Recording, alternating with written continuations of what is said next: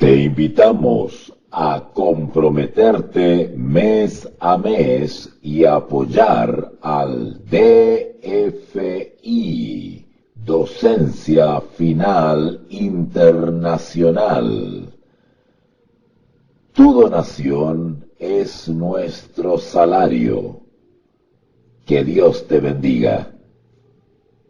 Donde hemos quedado un poquitito entrampados en el capítulo 7, pero yo creo que ha sido útil, ha sido necesario, porque me he podido explayar un poquito más en cada versículo, explicando algunas cosas que incluso ustedes me las han planteado respecto a los problemas en el matrimonio. Saludos a César también, mi gran amigo Bernabé de Antofagasta, Chile. Juan Diego me dice, ellos le envían saludos cordiales y gran fruto espiritual. Amén, Juan Diego. Qué bien, siempre estoy viendo tu fotito ahí de las motos, de Quindío. Muy bien, Juan Diego. Muy deportista también, Juan Diego. Ya voy a estar en Colombia para ir a tomarme un agua dulce. Un agua panelita. Bueno. Les decía que habíamos quedado algo estancados en el versículo 10 y 11 de 1 de Corintios capítulo 7. Hemos estado analizando, compartiendo, respondiendo consultas, inquietudes que tienen que ver con los problemas en el matrimonio. Ya recuerden que les ofrecí, si alguien tiene alguna inquietud en específico y no puede hacerlo público por acá, con mucho gusto me escriben a través de Telegram o WhatsApp y con mucho gusto voy a responder sus inquietudes respecto al tema de los problemas en el matrimonio. ¿Okay? Bueno, vamos a orar porque quiero comentarles algo a manera de introducción. A propósito de una pregunta que me hacía Patricia ayer respecto a qué pasa cuando en el matrimonio hay violencia psicológica y violencia física. ¿Qué pasa con eso? ¿Cómo actuar de esa manera? Bueno, quiero explicar un poquitito eso. Ya algo hablé la transmisión antepasada, pero vamos a redondear un poquitito algo más sobre ese tema. Y no está de más repetir un poquitito los consejos, ¿ya? Porque si bien la palabra de Dios nos explica muchas cosas, hay situación y déjeme decir una cosa. La Escritura nos da solución a todos los conflictos en el matrimonio. Todos. Absolutamente todos. Cuidado con los ignorantes que enseñan la Biblia por YouTube y dicen que hay silencio en algunas cosas, que la Biblia no trata algunas cosas y que por lo tanto uno tiene que decidir y tomar decisiones. Eso no es así. Eso es mentira. La Biblia da solución a todos los conflictos en el matrimonio. Todos. Todos tienen respuesta, todos tienen solución bíblica. Aquellos que consideran la Biblia como autoridad, claro, y se van a remitir a ella en busca de respuestas y de solución. ¿Vale?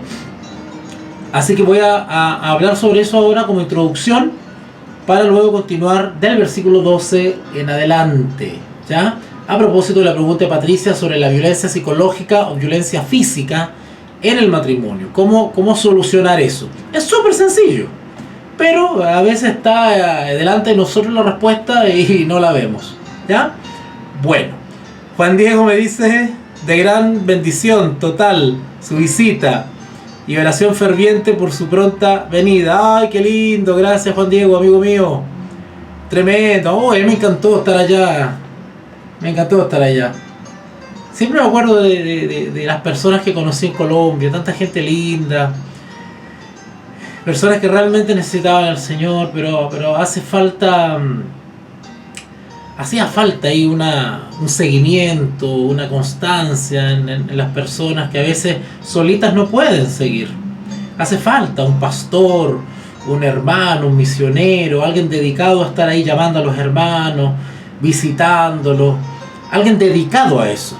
Yo entiendo que uno puede visitar a los hermanos, llamarlos constantemente, pero uno también tiene sus cosas personales, sus cosas que hacer, y a veces el traqueteo del día y de todos los días a veces hace un poquito imposible eso. Entonces por eso que es importante que la iglesia tenga misioneros dedicados, de vocación, de experiencia, con el don adecuado, ¿cierto? Para que se haga cargo y haga seguimiento a las personas. Uy, si le contara historias, hermanos, de cientos, literalmente cientos de personas que he visitado en el mundo y simple y llanamente no quieren seguir siendo visitadas. Otras no te llaman nunca más, otras se olvidan de ti. Ya está. Pero bueno, vamos a orar entonces, ¿sí? Saluda a Regia. Saludos, Regia, qué bueno que llegaste. Una gran alumna, Regia. Ya nos vamos a ver en persona, ¿eh? De repente voy a hacer un viajecito relámpago un fin de semana para ir a verte, para ir a tomar tecito contigo. No, broma. No me hago el invitado. Bueno, vamos a orar, ¿sí? Oremos para que arranquemos rápido. Quiero hablarles sobre eso, sobre el tema de la violencia psicológica y la violencia física, qué hacer, qué dice la escritura, qué paso seguir, etcétera, etcétera. Vamos a hablar sobre eso, ¿ya? Oremos. Padre nuestro que está en los cielos, santificado sea su nombre. Gracias infinitas por esta bendición maravillosa de poder estar dedicando este tiempo de consagración, de atención a la palabra de Dios. Gracias porque tú has puesto en nuestro corazón el aprender, el instruirnos, el ampliar nuestro entendimiento sobre lo que la palabra de Dios nos enseña. Padre, nuevamente nos encontramos aquí reunidos con un grupo de amigos para poder seguir escudriñando la primera carta del apóstol Pablo. Ayúdanos a comprenderla, ayúdame a poder expresar de la manera más sencilla y más práctica las enseñanzas de nuestro hermano Pablo. Gracias, Padre, y gracias también por la persona del Espíritu Santo que tú envías especialmente a tus hijos. Te lo agradecemos y pedimos en el nombre de Jesús. Amén y amén. Bueno, amigos, vamos a iniciar entonces rápidamente, a manera de introducción, para después ir a los versículos bíblicos. Vamos rápidamente a resolver cierta inquietud que Patricia, que no la veo conectada ahora, pero seguramente después verá la transmisión, me consultaba respecto a la presencia de violencia física, agresiones directamente, por parte de uno de los cónyuges. O de ambos cónyuges, ¿por qué no? Sí, claro que sí. O cuando hay violencia psicológica, ¿cierto? Cuando hay una constante agresión verbal, ¿no es cierto? Que gatilla en humillaciones, ofensas, ¿verdad? Y que eso va carcomiendo, va afectando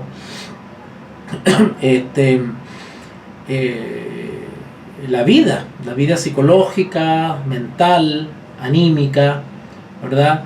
De los cónyuges, incluso de quienes rodean a este matrimonio, en este caso los hijos, que son los principales afectados. Yo cuando he tenido que dar estos consejos a algunos amigos creyentes que tienen hijos y discuten muy seguido y a veces se olvidan que son creyentes y se empiezan a comportar como no creyentes, pues los niños están mirando eso, los niños están escuchando eso.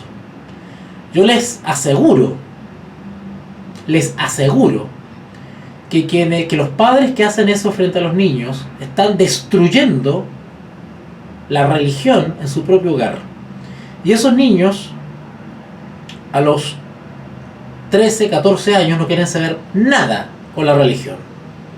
Y si van a las reuniones, van a ir como lo hacen la mayoría de los chicos de 14, 15 años en la iglesia, que van por cumplir, pero son tan impíos, ¿no es cierto?, que los no creyentes, y viven una religión de pantalla, ¿verdad? Se ven muy bonitos por afuera, con corbatita, las chicas con vestiditos muy lindos, pero en su interior desprecian o simplemente no creen en la religión porque han visto a sus padres tratarse de la peor manera, ¿verdad? Así que el tema de las agresiones, tanto físicas como verbales, son tremendamente peligrosas y traen consecuencias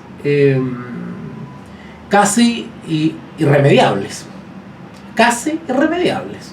Porque todo acto de violencia, ya sea verbal o física, de la cual son testigos los niños, y si ustedes se toman el trabajo de investigar un poquitito la evolución o el desarrollo cerebral de los niños, ustedes se van a dar cuenta que en neurociencia hay un concepto que se llama la plasticidad cerebral. Plasticidad cerebral. ¿Y qué quiere decir eso en términos sencillos? Quiere decir de que de cierta edad a cierta edad, estamos hablando de los 2 años a los, qué sé yo, 18 años, 17, el cerebro está en maduración. Se están haciendo las conexiones nerviosas y neuronales que servirán de fundamentos para la edad adulta y para desarrollarse de la mejor manera socialmente. Y los niños, pues a cierta edad no han hecho ciertas conexiones en su cerebro. Los distintos lóbulos cerebrales, las distintas partes, regiones cerebrales van desarrollándose o madurando no necesariamente de manera heterogénea, sino que van desarrollándose de manera distinta según la edad, según la influencia del entorno, ¿no es cierto? Entonces en los niñitos hay partes del cerebro que todavía son inmaduras, están en proceso de conexión neuronal, de ahí que la agenda LGTB y otras agendas perversas quieren influir en los niños, porque de niños quieren intervenir en esas conexiones neuronales para que cambiarle la conducta y la percepción de la realidad, cosa que después en una edad un poquito más juvenil, ¿no es cierto?, ya no puedan o se le haga difícil cambiar su conducta desviada, porque de niños se les fue desviada, se les fue intervenida. Por eso que estos grupos, estas sectas perversas quieren intervenir en los niños mediante la educación. Ahora entienden por qué. Porque quieren atacar justamente cerebros que están en formación. Entonces luego que el cerebro ya ha adquirido ciertos conceptos, ¿verdad?, ellos acusan disforia, ¿no es cierto? Disforia de género. Ah, que nació así, ¿verdad? Entonces, pero bueno, no voy a ir para otro lado. Bueno, ¿qué le estaba diciendo entonces? Que los niños, al tener su cerebro en formación, al tener esta plasticidad cerebral, pues literalmente, y perdonen que use estos conceptos, pero literalmente se les generan cortocircuitos al ver situaciones que ellos no logran asimilar, no logran procesar todavía. Por ejemplo, cuando los niños de a temprana edad, estoy hablando de 3, 4, 5 años, 9 años incluso, son sometidos a imágenes de violencia muy fuertes, por ejemplo, explícitas, o cuando son expuestos, por ejemplo, a imágenes de sexo explícito, por ejemplo, pornografía, o son expuestos, por ejemplo, a humillaciones, a vejaciones, tocaciones, ¿verdad? O violencia, tanto violentándolos a ellos como niños, como ver violencia, sobre todo violencia entre los padres, porque un niño naturalmente ama a papá y ama a mamá, y ver que ambos que tú amas se están trenzando a golpes o a insulto de alto calibre que busca ofender el uno al otro, literalmente en el cerebro de los niñitos se forma un cortocircuito, ¿vale? porque le provoca, los conflictúa, los pones en conflicto, porque de parte de quién se ponen, si ellos aman a ambos papás, aman a sus papás. Entonces se va generando todo ese tipo de conflictos psicológicos y emocionales. Entonces es terrible, es la destrucción de la religión cuando un matrimonio creyente tiene este tipo de conducta y este tipo de cosas. Por eso que en la transmisión de ayer yo les hablaba de que cuando en un matrimonio de creyentes se empiezan a dar estas escenas, hay que ponerle coto inmediatamente, hay que poner un freno inmediatamente. Ahí tiene que actuar el sentido común, lo que haya de educación en ambos cónyuges tiene que reaccionar. Lo que quede todavía de cristianismo tiene que reaccionar. Porque cuando se dan estos incidentes es porque se está dejando de lado fuera, o se está ignorando, o resistiendo al Espíritu Santo que los unió. Bueno, recuerden lo que hablé ayer. Ayer hablé sobre esos versículos. ¿Qué quiere decir cuando la palabra de Dios habla de que lo que Dios unió, dice? Lo que Dios unió no lo separe el hombre. ¿Qué quiere decir eso? Lo expliqué ayer en detalle, ¿ya? Así que, pues, cuidado con eso. Vamos al grano entonces, les comento a manera de introducción. Mire, yo hablo de introducción, pero al final me tomo como 40 minutos.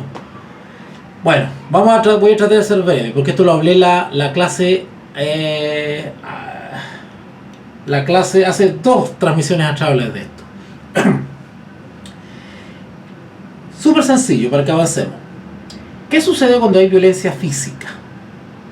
Violencia, tanto física como verbal, que es tan grave como la física, ¿vale?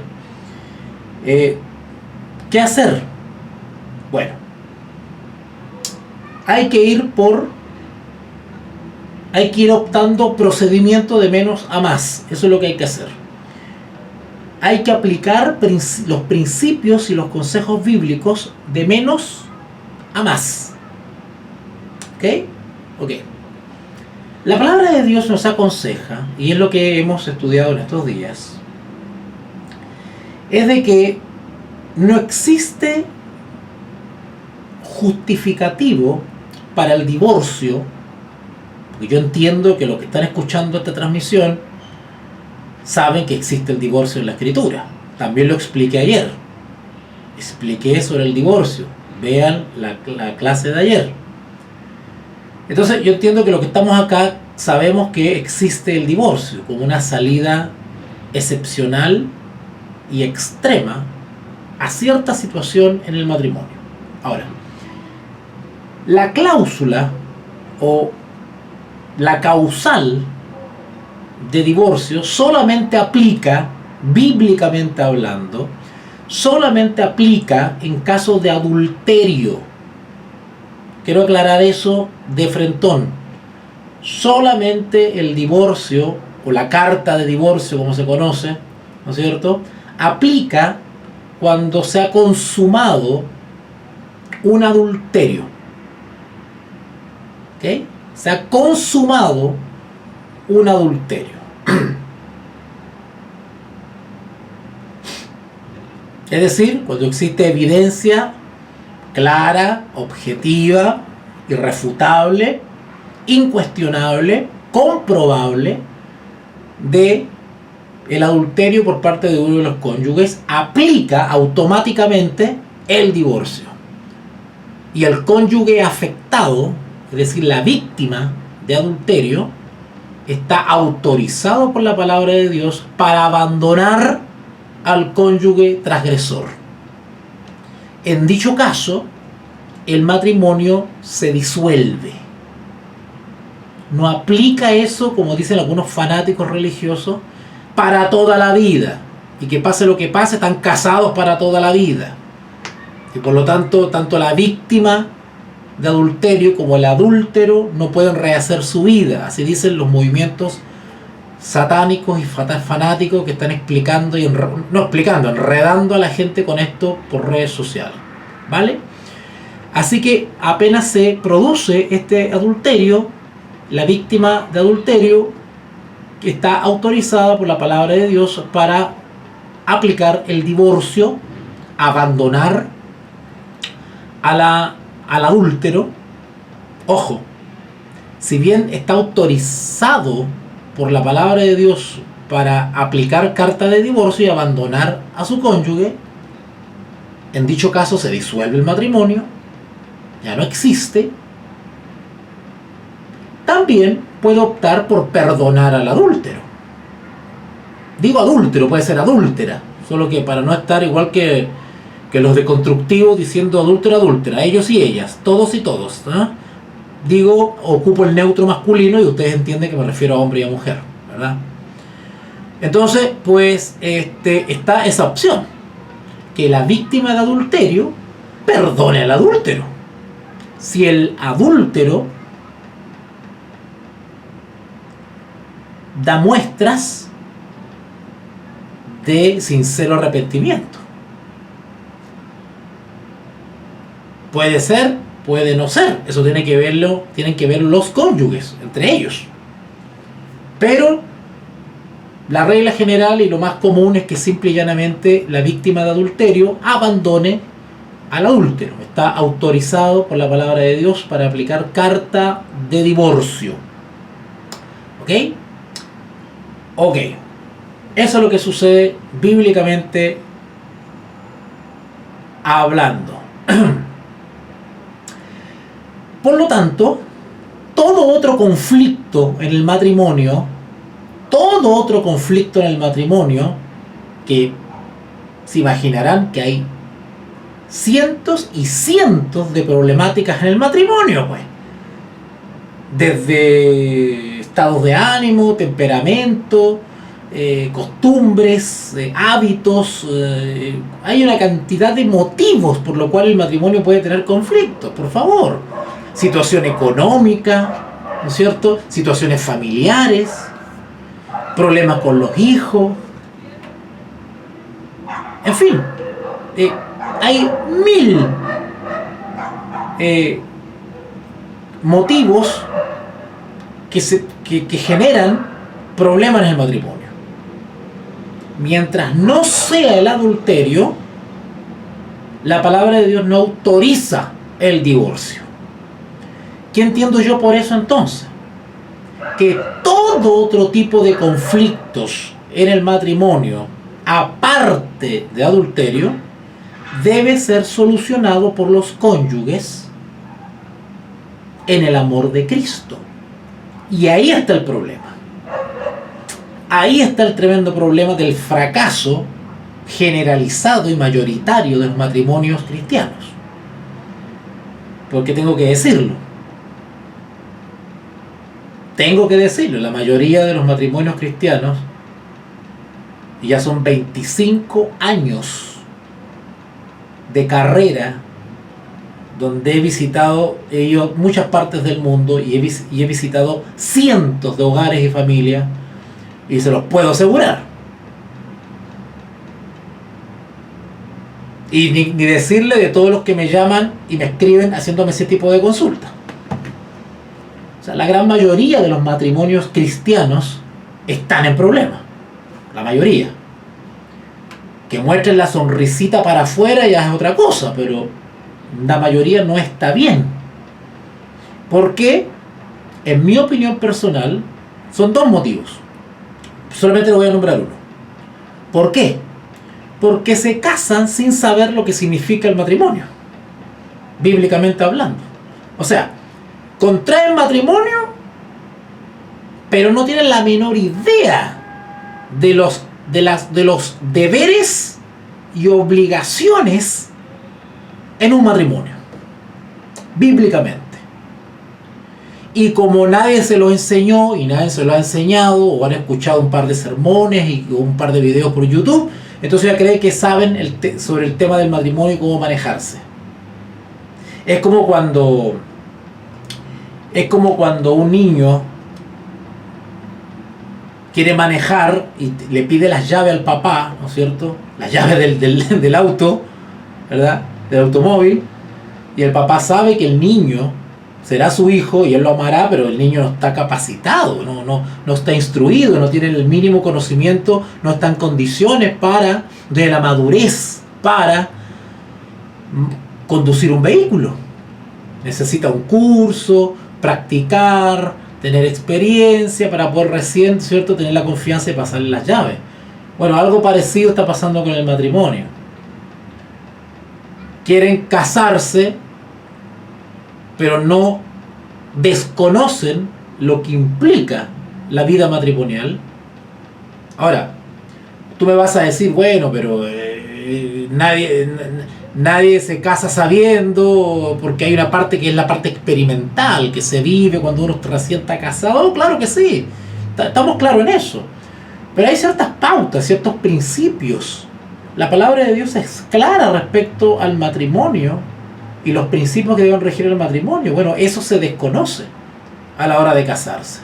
Entonces, cuando empiezan los problemas, no se sabe cómo proceder, porque hay una ignorancia bíblica respecto a cómo proceder normativamente, técnicamente, conductualmente en el matrimonio. Segundo, voy a decir el segundo. Segundo, quienes se casan no tienen la madurez espiritual para hacerlo. Se casan porque me gustó ella, porque me gustó él, porque no sé qué, porque esto, por esto otro, pero no hay madurez. O sea, no se tiene la disposición, ¿no es cierto?, a enfrentar todo lo que venga. Hay una inmadurez espiritual. ¿A qué me refiero con eso, con la madurez espiritual? Me refiero a que ese novio o esa novia no han experimentado victorias en Cristo. Estoy hablando de la inmadurez espiritual para casarse.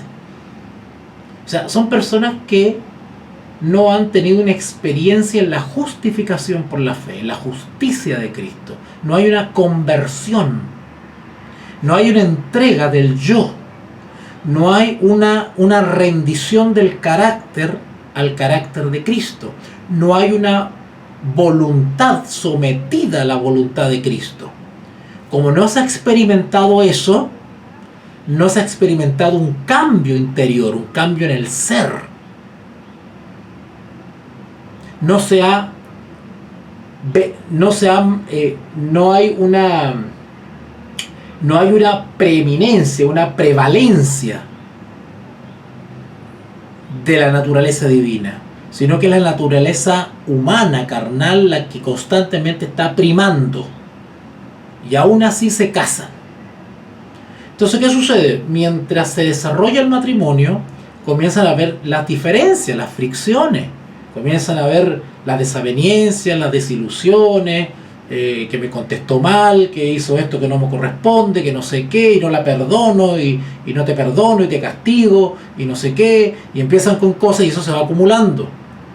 Y como no está el carácter, como el carácter no está preparado para eso, se sucumbe en el matrimonio. Porque empiezan a pelear como niños pequeños. Empiezan a primar los orgullos, ¿verdad? No se sabe, no entienden que deben solucionar las cosas entre hermanos. Son cónyuges, pero son hermanos, son hijos de Dios. Entonces, ¿qué sucede? Él empieza a escuchar a los papás, y que mi mamá me dijo, y se mete la suegra, y se mete el suegro, y se meten los familiares, y empieza un desorden.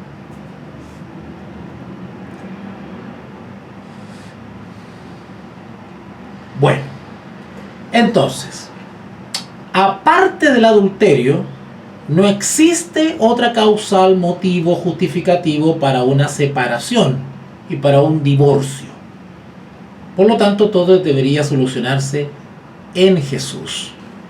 Cuando ciertos conflictos, desde el más pequeño hasta el más grave, no se pueden solucionar en Jesús, ¿no es cierto? Algunos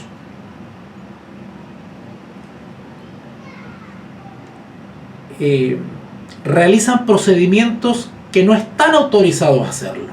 Por ejemplo, hay una diferencia insalvable en los cónyuges y no se ponen de acuerdo y ninguno quiere ceder y no sé qué, y han pasado años y siempre lo mismo y una serie de cosas. Uno de los dos cónyuges se aburre, toma la decisión, ¿no es cierto?, y abandona, deja o se separa del cónyuge. Eso no está autorizado por la palabra de Dios. A no ser, dice Pablo, por común acuerdo. Noten lo que estoy diciendo. Hay algunos que se separan con la intención de no volver y de divorciarse. Eso está mal y no está autorizado por la palabra de Dios. Otros se separan físicamente, pero no para divorciarse porque esta es la real intención de abandonar al cónyuge, sino que se separan de mutuo acuerdo, dice Pablo, de mutuo acuerdo, para dedicarse a la consagración y a la búsqueda espiritual a fin de solucionar el problema. Es decir, la abstinencia sexual de los cónyuges al separarse, al tomar cierta distancia, que no necesariamente tiene que ser física, ¿vale?, pero al tomar distancia voluntaria, ¿no es cierto?, fijando las condiciones y el tiempo necesario, es porque ambos están conscientes de que ese problema tiene que solucionarse en Cristo. Por lo tanto, ambos deciden separarse para tener una búsqueda individual, privada con el Señor, ¿verdad? Que el Señor vuelva a enternecer esos corazones, a ablandar esos corazones, para luego voluntariamente otra vez reunirse y reconciliarse, ¿vale?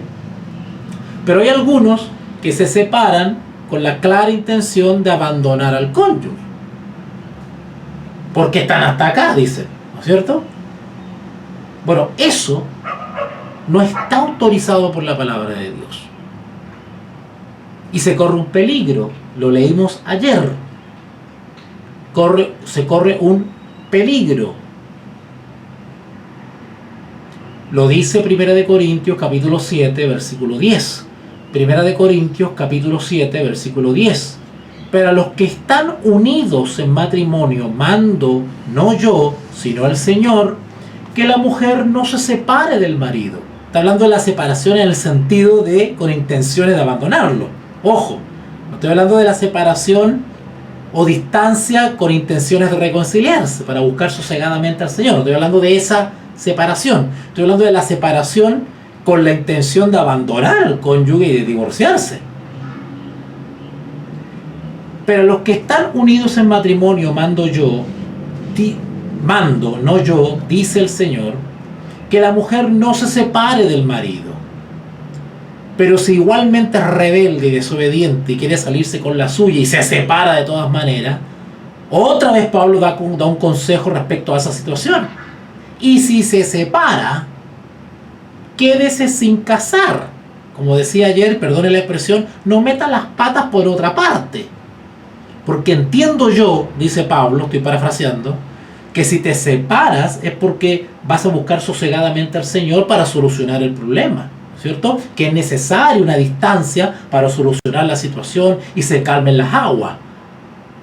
En ese caso, bueno, está bien, porque es de común acuerdo, ¿verdad? Qué sé yo. Pero si te separas para meterte con otro,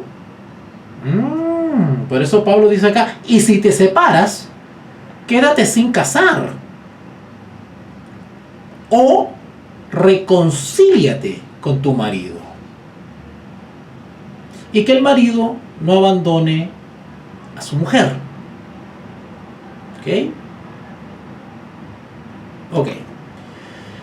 Una vez explicado eso, ya por segunda vez, porque lo expliqué ayer, ¿qué sucede cuando el problema en el matrimonio es algo extremadamente grave? Y ya entramos ya a lo que preguntaba Patricia ayer respecto a la violencia. ¿Qué pasa si la cónyuge se ha vuelto un poco soberbia, ¿verdad? un poco agresiva, caprichosa, y le larga las cosas por la cabeza al marido y explota y tiene arranques de ira y qué sé yo, y comienza a hacer escenas y celosa y en fin, un montón de cosas que pueden suceder.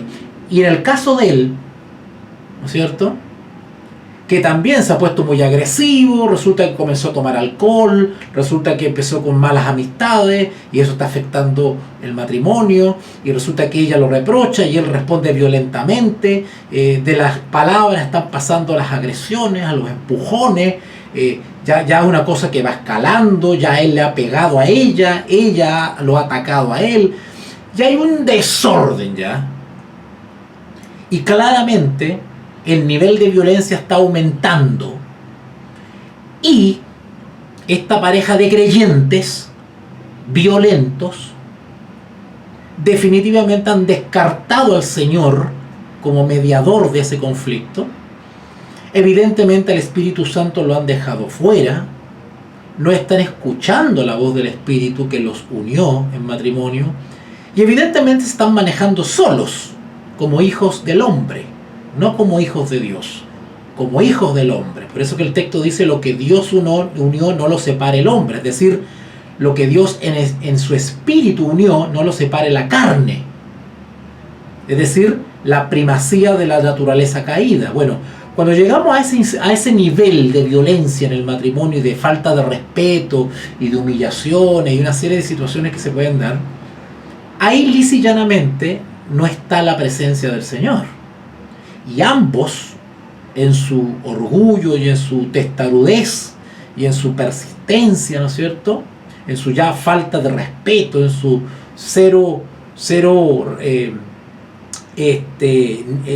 respeto por la convivencia, etcétera, etcétera, pues, y resulta que la violencia comienza a escalar y esto se escapó de las manos y ya nadie ni siquiera puede ayudar o intervenir ahí, y ya este asunto hay que intervenirlo de alguna manera porque está en peligro la integridad física de uno de los cónyuges, los hijos están sufriendo, es un caos todo esto, hay un abandono de los niños, qué sé yo. Ya en estas situaciones extremas, ¿cómo accionar? ¿Cómo hacerlo? Bueno, muy sencillo. Muy sencillo. Todo lo que les hablé anteriormente se soluciona en Cristo, porque se entiende que son creyentes y que algo de temor de Dios hay. Por lo tanto, hay esperanza de voluntad para solucionar el problema. Pero cuando llegamos a un nivel de violencia en la cual simplemente no se toman en cuenta las cosas de Dios, se han olvidado que son hijos de Dios, bueno, no vamos a esperar que se maten, ¿no es cierto? ¿Cuál es la opción? Las cosas de Dios entre hijos de Dios, los litigios entre creyentes se solucionan entre creyentes. Pero si los creyentes no están actuando como creyentes y han llegado a un nivel de agresión y de falta de respeto que escapa ya a la vida de un creyente o la experiencia de un creyente, bueno, hay que aplicar la ley humana. Porque recuerden que lo que nos tiene que mover a nosotros es el amor. El principio del amor es lo que nos tiene que regir a nosotros. Y si estamos viendo que la integridad física de los cónyuges está corriendo peligro, que se están perjudicando a los niños, que hay vidas inocentes que están pagando el precio, bueno, lo que hay que hacer es solicitar la ayuda de las autoridades civiles. Eso es lo que hay que hacer. Y eso está respaldado por la palabra de Dios. Porque si bien el apóstol Pablo, en el capítulo 6 de 1 de Corintios, nos habla del litigio delante de los incrédulos, recuerden cuando estudiamos el capítulo 6 de 1 de Corintios, dijimos que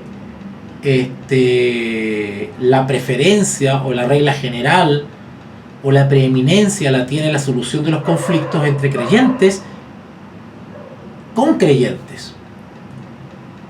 Pero Pablo nos está enseñando que alguna vez, en alguna situación especial, no haya que recurrir a los tribunales de los incrédulos, tribunales civiles. Bueno, en casos extremos en el matrimonio, cuando hay violencia, cuando hay falta de respeto, cuando ya se ha llegado a ciertos límites, donde los cónyuges están actuando no como hijos de Dios, sino como hijos del hombre, están actuando, han dado rienda suelta a su naturaleza caída, pues hay que aplicar la ley civil. Primero, porque ellos ya han llegado a un nivel testimonial y conductual en los cuales escapan a la esfera del creyente, de la iglesia. Segundo,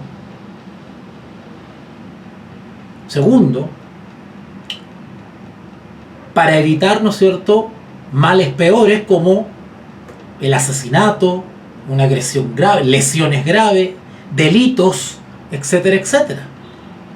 Y ahí estamos autorizados para recurrir a la autoridad civil. ¿Por qué? ¿Por qué estamos autorizados? Porque lo autoriza la palabra de Dios.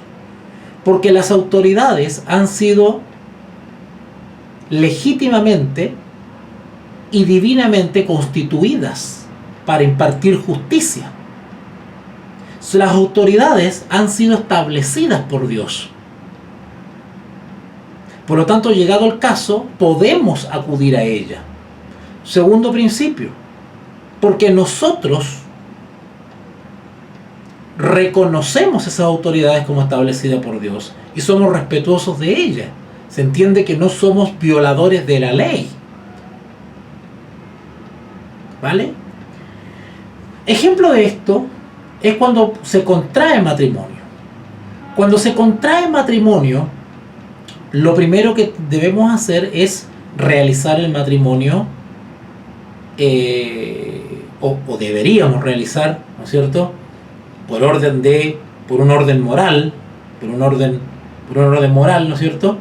Deberíamos concretar el matrimonio religioso. Primero, porque la gloria es para Dios primero, ¿vale? Y después de concretar el matrimonio religioso, como nosotros respetamos las autoridades humanas establecidas por Dios y somos, del punto de vista terrenal, ciudadanos de este mundo, en este caso de un país o de una ciudad, pues nosotros reconocemos la autoridad establecida como acudiendo a un registro civil a concretar civilmente el matrimonio, ¿vale?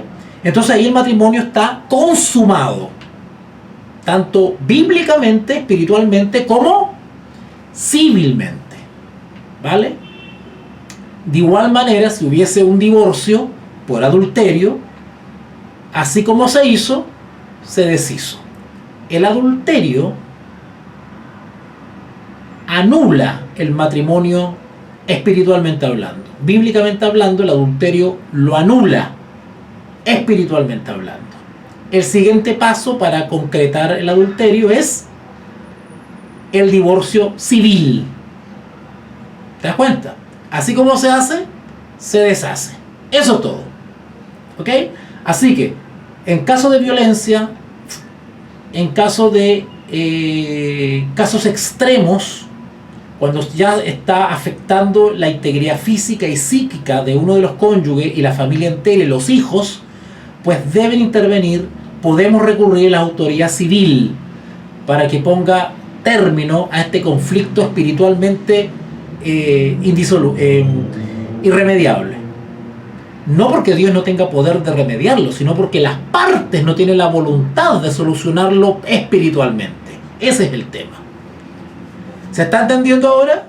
¿Se entendió? ¿Sí? Hágame su comentario y sus preguntas a través del chat, que yo con mucho gusto se lo voy a responder. Continuamos entonces con 1 Corintios capítulo 7. 1 Corintios capítulo 7, versículo 12. Vamos con el 12 ahora. Y Pablo comienza a explayarse un poquitito en las situaciones que se dan en el matrimonio. Dice el versículo 12, Primera de Corintios, capítulo 7, versículo 12. Y a los demás, yo digo, no el Señor. Cuando Pablo dice así, yo digo y no el Señor, es por lo siguiente. Y acá hay una pequeña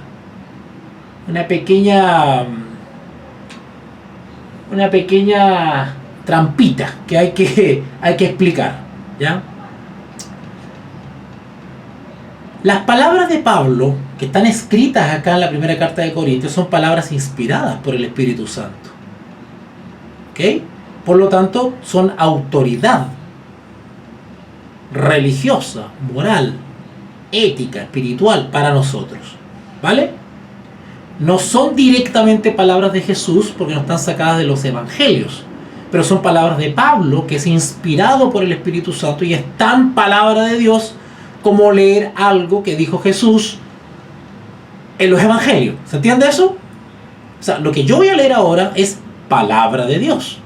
Cuando yo leo aquí, y a los demás yo digo, no el Señor, eso es palabra de Dios, porque lo dice Pablo, inspirado por el Espíritu Santo. ¿Ok? Pero Pablo, respetuosamente, hace la salvedad y dice, lo que voy a decir ahora, lo que voy a enseñar ahora, no necesariamente o explícitamente lo enseñó Jesús. Por eso que dice, y a los demás yo digo, no el Señor. Fíjense en el versículo 10, la diferencia. Dice el versículo 10, pero a los que están unidos en matrimonio mando, no yo, sino el Señor. ¿Se dan cuenta que hace como el énfasis, verdad? Como que, ojo, yo doy ese consejo, pero más énfasis tiene porque el Señor mismo se refirió a este tema. Pero ahora al revés. El versículo 12 dice, y a los demás, yo digo ahora, dice Pablo, con la autoridad que él tiene, espiritual que él tiene, no el Señor. En otras palabras, el Señor Jesús no lo ha dicho explícitamente, pero es lo correcto, es lo que se tiene que hacer. Y él hace uso de su autoridad como apóstol para declarar lo que va a declarar. O sea, en definitiva, Pablo simplemente hace esa salvedad, ¿verdad? Lo digo yo, no el Señor, pero así todo para nosotros es inspirado. Por lo tanto, es esa autoridad. Vamos, versículo 12. Y a los demás yo digo, no el Señor. Pongan atención ahora. Si algún hermano tiene mujer que no sea creyente, y ahora vamos a entrar al caso del matrimonio mixto. ¡Wow! Si algún hermano tiene mujer que no sea creyente y ella, que no es creyente, consiente en vivir con él, no la abandone. O sea, seguimos aplicando la regla. Mientras no sea adulterio, no se justifica la separación, el abandono o el divorcio. Por lo tanto, cualquier tipo de conflicto, desaveniencia entre el creyente y el no creyente debe solucionarse en Cristo. Y tú me dirás, bueno, pero ¿cómo va a ser en Cristo si una de las cónyuges no es creyente? Bueno, Pablo da solución a eso. Vamos para allá.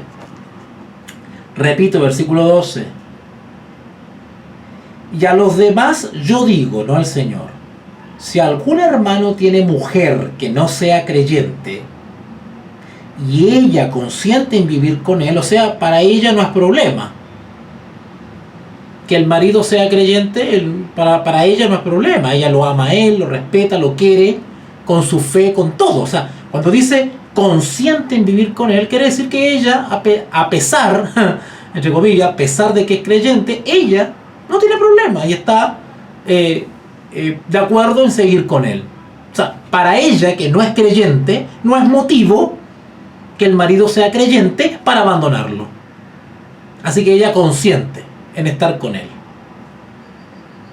Y si ella, que no es creyente, consiente en estar con él, ¿quién es el creyente para dejarla a ella? ¿Se dan cuenta? Porque uno podría decir, bueno, la no creyente está hasta acá con el creyente, bueno, se quiere ir. Podríamos decir, oh, bueno, tiene razón, ¿verdad? En el peor de los casos. Pero acá es al revés. La no creyente no tiene problema, está consciente y está con el marido, con el cónyuge creyente sin ningún problema, no tiene problema. Mal estaría que el creyente dejara al cónyuge no creyente. Y sin embargo han habido casos así.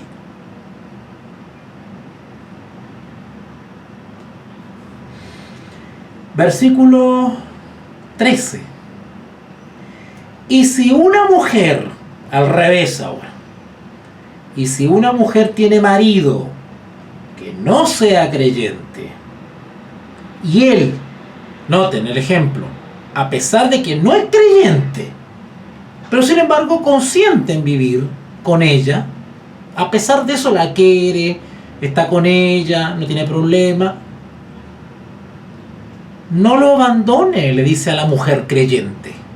No lo abandone. Ojo, quiero decir una cosa acá. Ese no lo abandone implica, porque si el no creyente no tiene problema en estar con el creyente, y más encima es un buen marido, ha estado años contigo, siendo leal, dándote compañía, siendo fiel, ayudándote, respetándote, protegiéndote. ¿Cuál es el motivo para dejarlo? ¿Qué le falta entonces? Le falta la conversión. Quiero decir entonces, en definitiva, que estos dos versículos, el 12 y el 13, otra vez se está recalcando la idea de que aparte del adulterio no hay justificativo para abandonar al cónyuge, sea el motivo que sea. En este caso, toca el ejemplo de que hay unos creyentes y otros no es creyente. ¿Ok? Ahora, estos dos versículos implican algo mucho más profundo de que el que es creyente y el que no es creyente. Porque puede ser que este matrimonio se consumó siendo ambos incrédulos. ¿Sabes? ¿Había preguntado eso? Y que durante el matrimonio uno de los cónyuges se hizo creyente. ¿Ha pasado así o no? ¿Ha pasado así?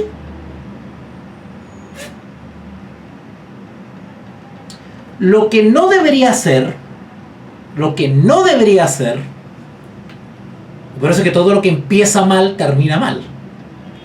Lo que no debería suceder es que un creyente se case con un incrédulo.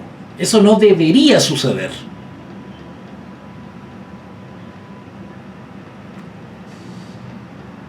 Sabiendo el consejo bíblico que el matrimonio debe ser, el matrimonio de creyentes debe ser, ¿no es cierto?, con una pareja creyente, digamos, ¿verdad?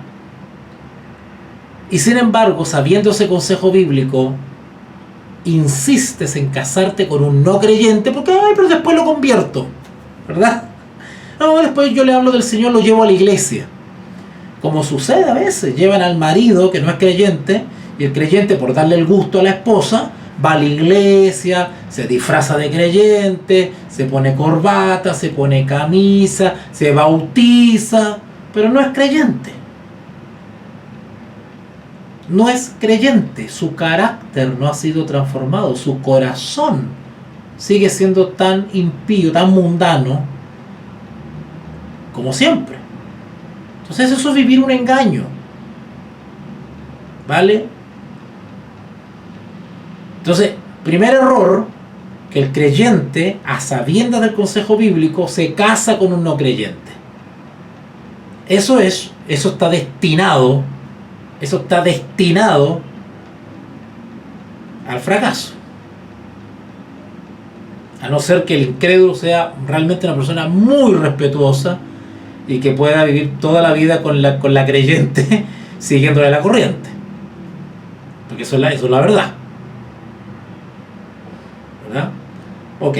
Pero cuando ambos novios contraen matrimonio no siendo creyentes y con los años uno de ellos se hace creyente, Pablo da consejos. Versículo 14. Porque el marido incrédulo es santificado en la mujer. Voy a explicar eso. Y la mujer incrédula en el marido. Pues de otra manera vuestros hijos serían inmundos, mientras que ahora son santos. ¿Cómo es eso? O sea que el marido incrédulo que tiene esposa creyente es santificado. Bueno, de cierto punto de vista sí y de cierto punto de vista no. Eso hay que explicarlo. Depende, ¿verdad? ¿Por qué dice acá que el no creyente es santificado por la creyente?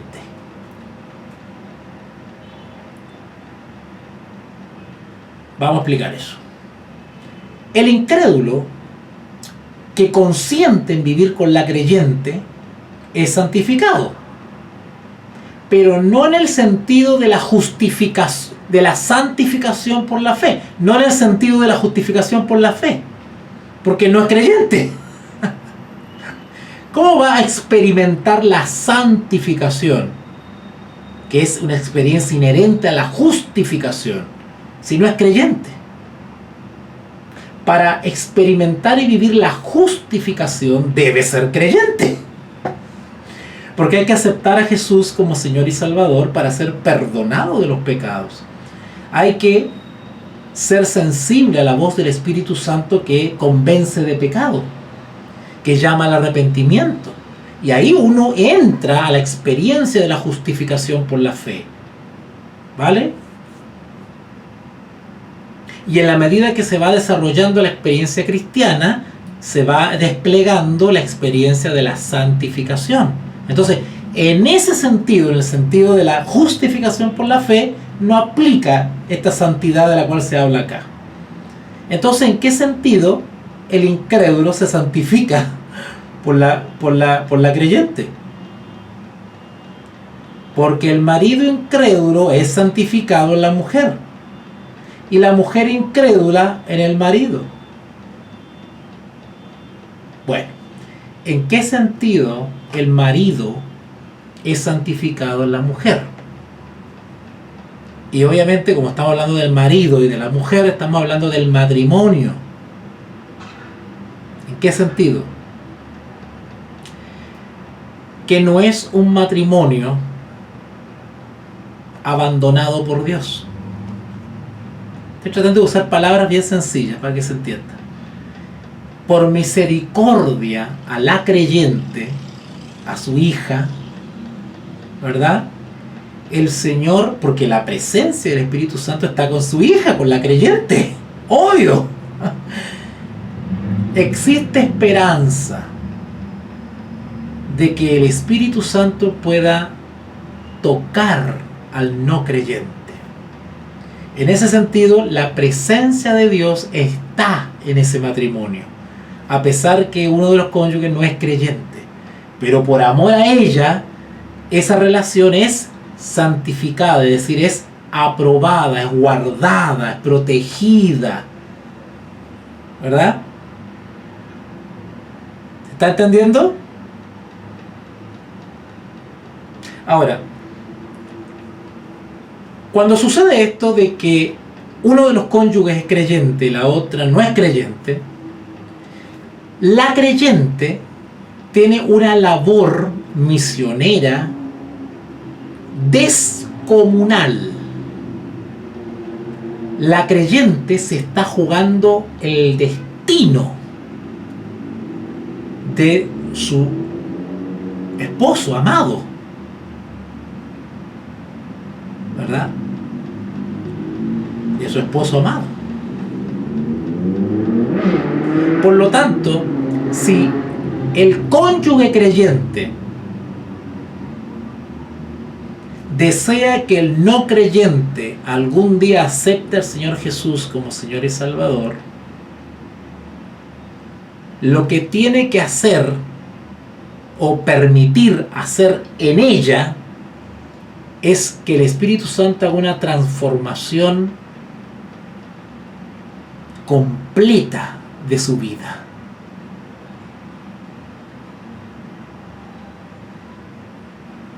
Porque el marido no creyente o la esposa no creyente no solamente van a ver un testimonio de vida impresionante en su cónyuge, y por eso que es importante que el cónyuge no creyente, aunque sea no creyente, realmente ame y respete a la creyente. Ese es un factor fundamental, porque puede que no crea en Jesús, pero él carnalmente ama a su esposa creyente. Independiente que tenga su fe, la ama a ella como persona, como ser. Y eso es maravilloso, porque cuando el cónyuge no creyente ama a su esposa creyente, independiente que tenga fe o no tenga fe, es mucho más receptivo, mucho más sensible al testimonio personal que dé el cónyuge creyente. Porque el cónyuge no creyente va a ver un testimonio de vida impresionante. Y no solamente eso, sino que a través de los años va a haber un proceso de transformación que ella no ve en otras mujeres. Porque el no creyente va a comparar a su esposa, que tiene valores, que tiene principios, que tiene dedicación para los niños, para el hogar, que ella como esposa cumple su rol de esposa para con él. O sea, todas esas cosas el incrédulo lo va haciendo reflexionar con los años. Entonces, es una siembra. La conducta de la cónyuge creyente es una siembra que con los años va a madurar tarde o temprano. Ahora, ¿quién provoca esa maduración? El Espíritu Santo. El Espíritu Santo va hablando a la conciencia del no creyente, va diciendo: mira a tu esposa, mira qué lindo carácter, mira qué gesto, mira lo que hizo por ti, mira cómo te acompaña, mira cómo te cuida, mira la diferencia entre tu esposa creyente y las compañeras de trabajo, las mujeres que están en otra parte. Mira, el Espíritu Santo empieza a abrirle los ojos al no creyente. No solamente eso, porque cuando el cónyuge creyente está lleno del Espíritu Santo, ocurren milagros, ocurren hechos cotidianos sobrenaturales. Por ejemplo, se enferma un hijo, delicado, grave, sufre un accidente, algo fuerte, algo duro.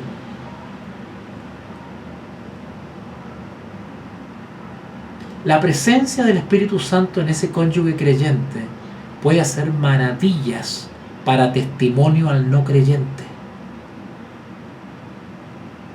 El no creyente es sensibilizado a tal manera que empieza a confiar en su cónyuge creyente con tal de salvar a su hijo. Hay problemas económicos y no encuentran trabajo. Y por la oración o intercesión del cónyuge creyente se abren las puertas. por obra del Espíritu Santo.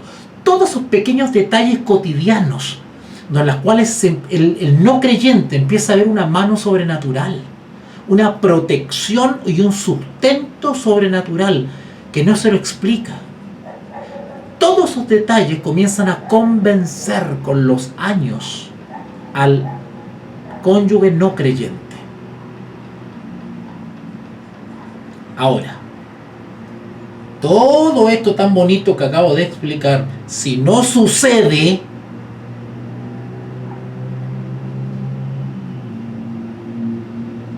o no digo que no suceda, pero no hay avance, es porque la cónyuge creyente no tiene una religión verdadera, no es realmente consagrada.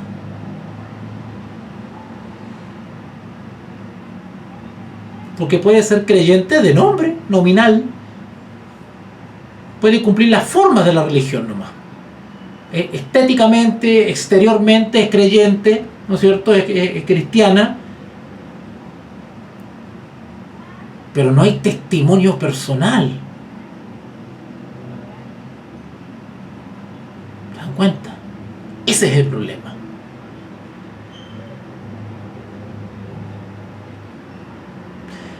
Voy a aprovechar de explicar otras situaciones, con esto termino, y voy a ser bien clarito, sin pelos en la lengua.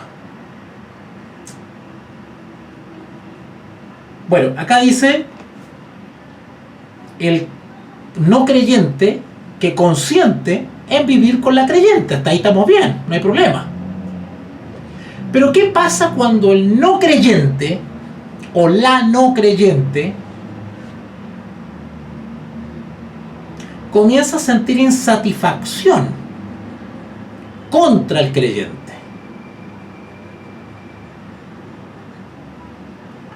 Por ejemplo,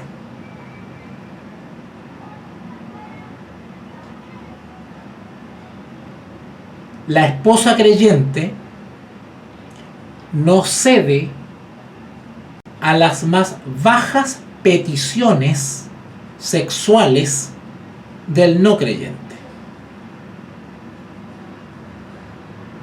Cuando la cónyuge creyente no le da el gusto con ciertas prácticas sexuales al no creyente. Porque el no creyente piensa como no creyente. No tiene la mente de Cristo. ¿Qué sucede ahí?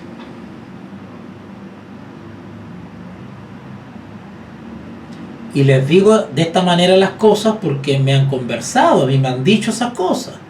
Me han llamado para pedirme consejo y orientación y me han contado ese tipo de cosas. ¿Qué sucede ahí? Bueno, cuando sucede eso, y estoy solamente dando el ejemplo en el ámbito de la intimidad. Esto puede haber un montón de otras cosas más, donde el creyente quiere imponerse, el creyente quiere que la creyente ceda en algunas cosas, y la creyente por principios no cede y no le dan el gusto.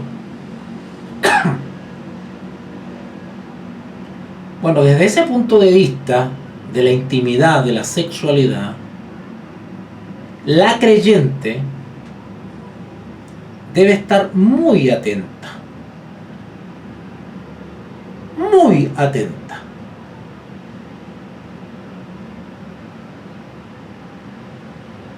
No sea que ella resulte perjudicada en su salud, porque el incrédulo comienza a buscar afuera satisfacciones que la creyente no le da.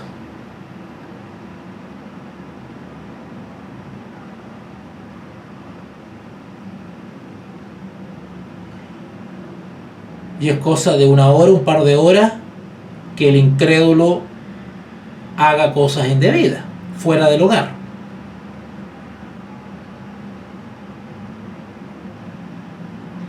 Entonces eso hay que tener muy ojo con eso, mucho ojo.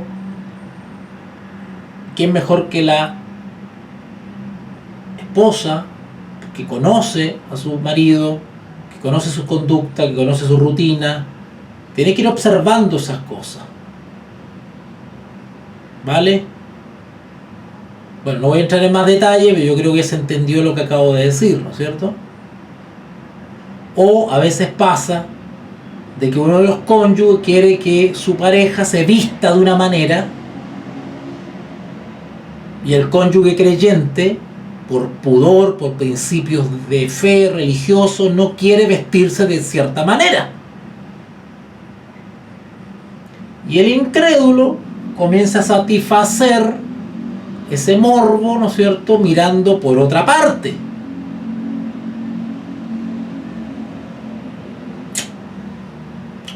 Cuando empiezan a suceder esas cosas y ustedes sospechan o huelen ciertas cosas, eso hay que pararlo enseguida. Hay que llamar a terreno al cónyuge incrédulo y cantárselas bien cantaditas. ¿Verdad? Con respeto, con cariño. Y decirle, mira, tú eres mi esposo y te amo y te respeto. Y hacerle notar las ventajas de tener una esposa o un esposo creyente. Y hacerlo ver los riesgos, los peligros que implica el estar desarrollando esas ideas y esos caprichos. Y buscar en el cónyuge una rectificación en su conducta. Con cariño, con respeto, con amor, hablar, llamarlo a terreno. Y decirle, mira, si yo soy tu esposa, tú me amas, me tienes que respetar con mis creencias. Yo no te voy a obligar que vayas a la iglesia conmigo ni que te arrodilles a hablar conmigo. No lo voy a hacer. Porque tú no crees en Dios. Pero sin embargo te amo y te respeto. Porque eres mi esposo. Yo respeto el vínculo matrimonial. Hacerlo razonar. Eso es lo que hay que hacer con estos cerebros que son más animales que humanos. Porque el pensar, el estar esclavizado a la carne es estar animalizado, no humanizado. Y por lo tanto la creyente humanizada debe domesticar al incrédulo y hacerlo pensar como ser humano y no como animal. Pensar como animal es tener como parámetro los instintos, los deseos. ¿Vale? Bueno, vamos a dejarlo hasta acá porque ya ha pasado el tiempo. Quedamos en el versículo 14. Quedamos en el versículo 14, ¿verdad? Porque el marido incrédulo es santificado en la mujer y la mujer incrédula en el marido. Pues de otra manera vuestros hijos serían inmundos. Bueno, porque dice que los hijos serían inmundos, haciendo este paralelo entre lo santo y lo inmundo, ¿no es cierto? ¿Verdad? Desde el punto de vista espiritual, si ambos no son creyentes, hay una condición de inmundicia en el sentido de la justificación por la fe, ¿no es cierto? ¿Verdad? Que no es una unión según los principios de Dios. Entonces, en ese sentido, no solamente es inmunda la unión y la relación, sino también los hijos. Sin embargo, por amor a uno de los creyentes, al creyente, al cónyuge creyente, se santifica el matrimonio y también los hijos, en ese sentido simbólico, digamos. Serán inmundos mientras que ahora son santos, ¿verdad? Ok, vamos a dejarlo hasta aquí entonces. Veo que no hay ninguna pregunta espero mañana retomar, porque todavía no podemos salir del capítulo 7. Pero ya creo que todo lo que hemos conversado yo creo que ha servido, los ha orientado, les ha ampliado un poquitito el panorama. ¿Ok? Vuelvo a repetir lo que dije al principio. La Biblia nos da respuesta a todos los conflictos matrimoniales. No hay problema en el matrimonio que no tenga un consejo o una salida bíblicamente hablando. Dios ha provisto de soluciones en su palabra para todos los conflictos matrimoniales. ¿Ok? Así que bueno, vamos a dejarlo hasta acá. Yo quiero dar las gracias a aquellos que me han apoyado mes a mes, me han apoyado económicamente, no se han olvidado de este servidor, apoyan mi labor de enseñanza por años, y les agradezco mucho por creer en mí, en ese sentido, en el sentido de confiar, eso, creer en mí en el sentido de confiar en este servidor. Su donación, su apoyo es mi salario, ¿ok? Gracias a ese apoyo que ustedes envían, yo puedo solventar algunos gastitos que aquí se hacen, ¿vale? Internet, alquiler, una serie de cosas. Así que muchas gracias por eso, y Dios mediante nos estamos encontrando mañana para continuar con el capítulo 7 de Primera a Corintios. Oremos. Te invitamos a comprometerte mes a mes y apoyar al DFI, Docencia Final Internacional. Tu donación es nuestro salario. Que Dios te bendiga.